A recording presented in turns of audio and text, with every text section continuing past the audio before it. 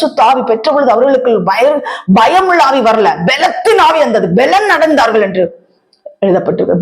பெலத்தின் ஆவி, பரிசுத்த பெலத்தின் ஆவி, கோழையின் ஆவி கிடையாது. இன்னைக்கு ஆவியானவரை கோழையாக்கிட்டு இருக்கிறீங்க எல்லாருமா சேர்ந்து.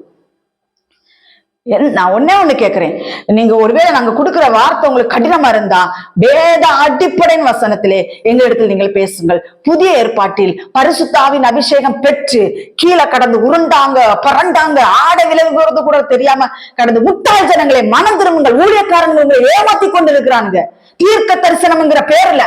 தீர்க்க தரிசனம் உனக்கு இந்த நாட்களை குறி சொல்லுகிற ஆவிகள் அநேகம் எழும்பி இருக்கிற ஜாக்கிரதை. குறி சொல்லுகிற ஆவி எப்படி தெரியுமா? துண்டு சீட்ல பியார எழுதி கொண்டு கொடுத்துடுறது.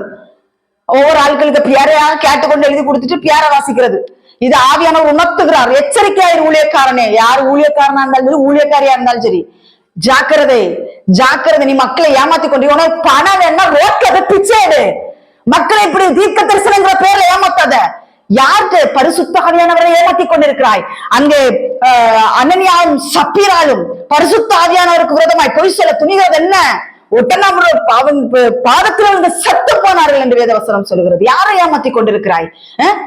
நான் இன்றைக்கும் சொல்வேன், உனக்கு பணம் வேண்டும் என்றால் கர்த்தரை ஏமாற்றாதே, ஜனங்களை ஏமாத்தாத.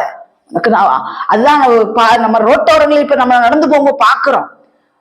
பணம்ங்கிற அது அவங்களுக்கு சாப்பாடு, நல்ல சாப்பாடு சாப்பிடணும், நல்ல உடை உடுத்தணும்னு சொல்லி, ஆனா அவங்க அதெல்லாம் செய்ய மாட்டாங்க.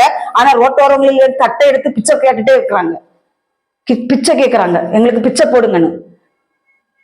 இந்த ஊழியக்காரர்கள் கோட் ஷூட் போட்டுட்டு நல்ல மேக்கப்பான ட்ரெஸ் போட்டுட்டு பியூட்டி பார்லர் நல்லா போய் மேக்கப் பண்ணிட்டு பிச்சை எடுக்கிறார்கள். இதுக்கு நீ ரோட்ல போய் பிச்சை எடு.